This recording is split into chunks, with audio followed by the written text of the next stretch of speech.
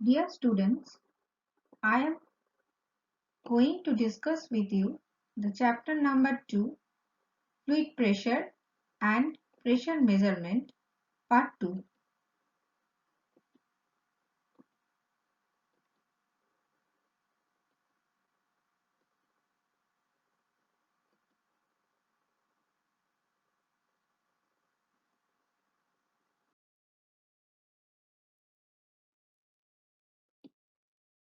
Single column manometer. The single column manometer is a type of simple manometers which is a modified form of U-tube manometer in which a reservoir having a large cross-sectional area about 100 times is compared to the area of the tube is connected to one of the limbs of the manometer. Due to the large cross-sectional area of the reservoir, for any variation in pressure, the change of the liquid level in the reservoir will be very small. That may be neglected and hence the pressure is given by the height of the liquid in the other limb. The other limb may be vertical or inclined.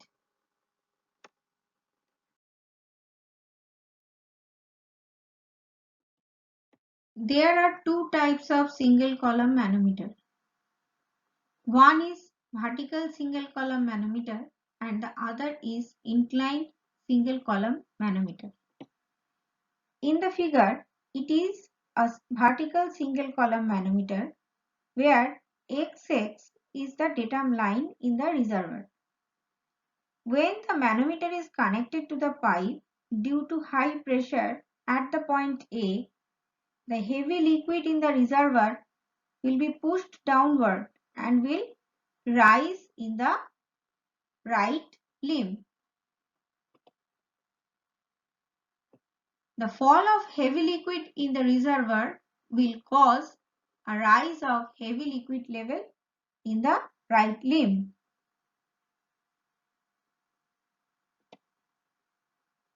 So that we can write that capital A into delta H is equal to small a into H2, where capital A is the cross-sectional area of the reservoir and small a is the cross-sectional area of the right limb, and delta H is the fall of heavy liquid in the reservoir and H2 is the rise of heavy liquid in the right limb.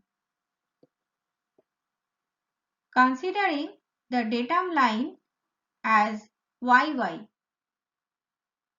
so that the pressure in the right limb above YY is equal to pressure in the left limb above YY. So that pressure in the right limb above YY is rho 2 into G within bracket delta H plus H2, and pressure in the left limb above YY is rho 1 G within bracket delta H plus H1 plus PA, that is pressure at the point A.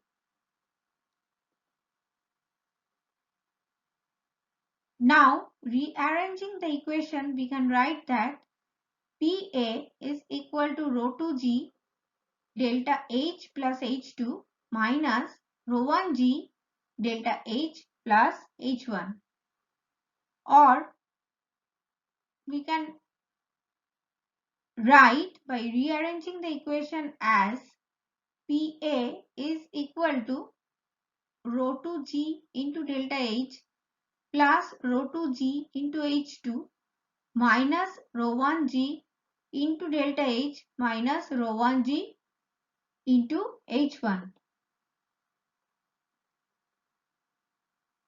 or PA is equal to rho 2G delta H minus rho 1 G delta H plus rho 2 G H2 minus rho 1 G H1. Now taking common delta H, we can write that delta H into within bracket rho 2 G minus rho 1 G plus rho 2 G H2 minus rho 1 G H1. Instead of delta H, we can write that A small a into H2 divided by capital A.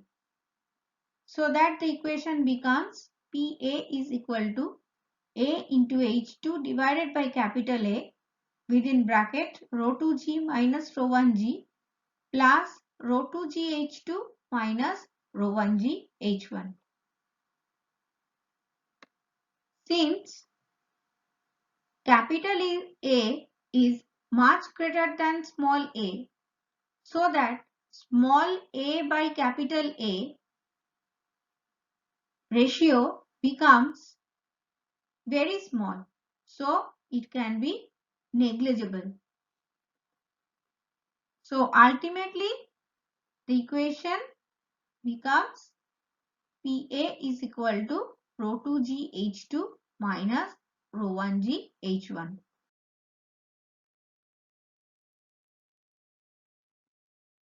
Inclined single column manometer. This manometer is more sensitive. Due to inclination distance moved by the heavy liquid in the right limb will be more, so that H2 is equal to L sin theta. Therefore, the pressure at the point A, which is denoted by P suffix A, is equal to rho 2G H2 minus rho 1G H1. This equation can be rewrite as, by rearranging, PA is equal to rho 2G. Instead of H2, we can write L sin theta minus rho 1G H1.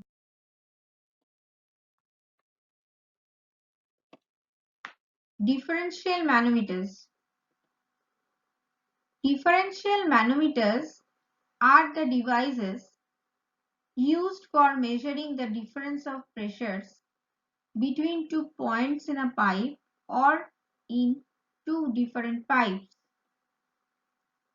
A differential manometer consists of a U-tube containing heavy liquid, whose two ends are connected to the points whose difference of pressure is to be measured. Most commonly types of differential manometers are U-tube differential manometer and inverted U-tube differential manometer.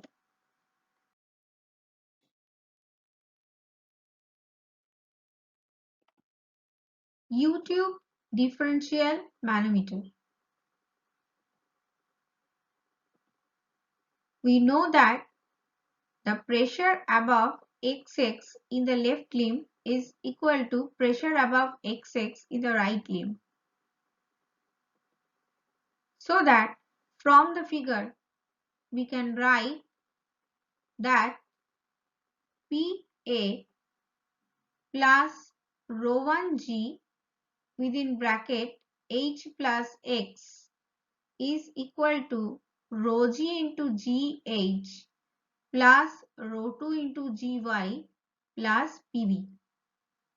Here PA and rho 1G into H plus X are the pressure above XX in the left limb, and rho GGH, rho 2GY and PV are the pressure above XX in the right limb.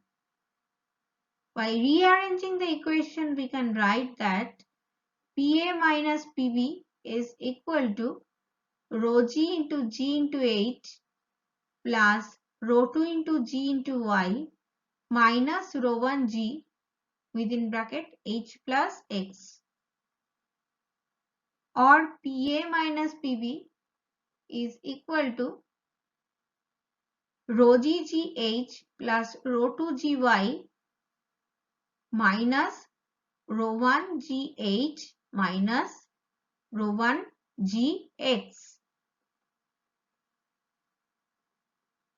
or PA minus PB is equal to, by taking the GH as common, GH into rho G minus rho 1 plus rho 2 GY minus rho 1 GX.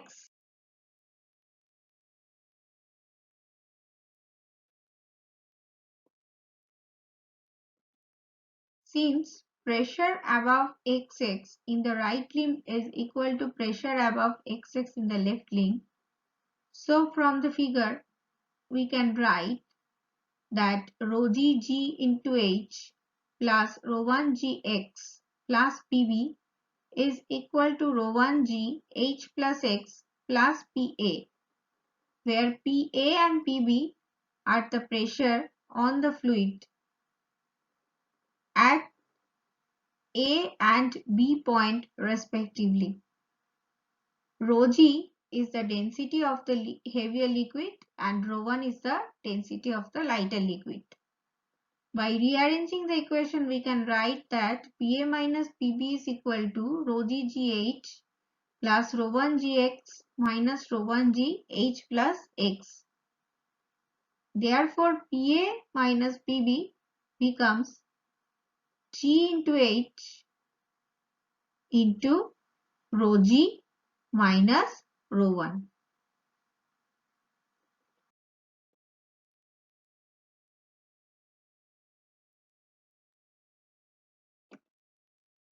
Inverted U-tube differential manometer. It is used for measuring differences of low pressures. In the figure, the pressure below XX in the left limb is equal to the pressure below XX in the right limb.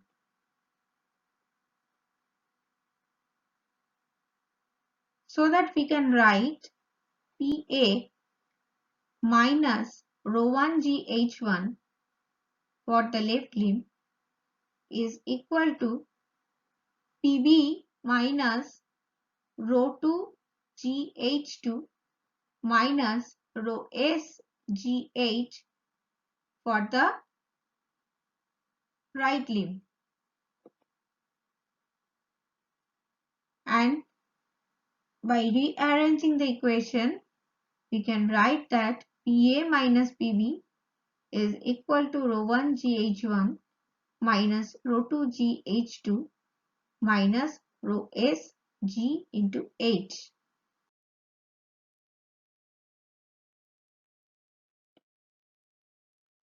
Bourdon tube pressure gauge. It is another gauge pressure measuring instrument.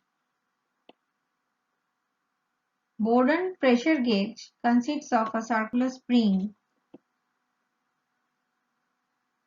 tube called the Bourdon tube. The Bourdon tube is made of very special quality bronze and is oval in cross section. The one end of the Bourdon tube is closed and another is connected to a link, and the other end is secured in a particle tube. This link connects the closed end of Bourdon tube to a tooth sector. The tooth sector gears with a pinion which is mounted on a central spindle carrying a pointer. The pointer moves on a dial graduated in pressure unit, that is bar. The pressure gauge is connected to the vessel containing fluid under pressure. Due to fluid pressure in the Bourdon tube, it has a tendency to assume a circular section. But before the tube can do so, it must straighten itself. This tendency of straightening moves the free end of the Bourdon tube outwards.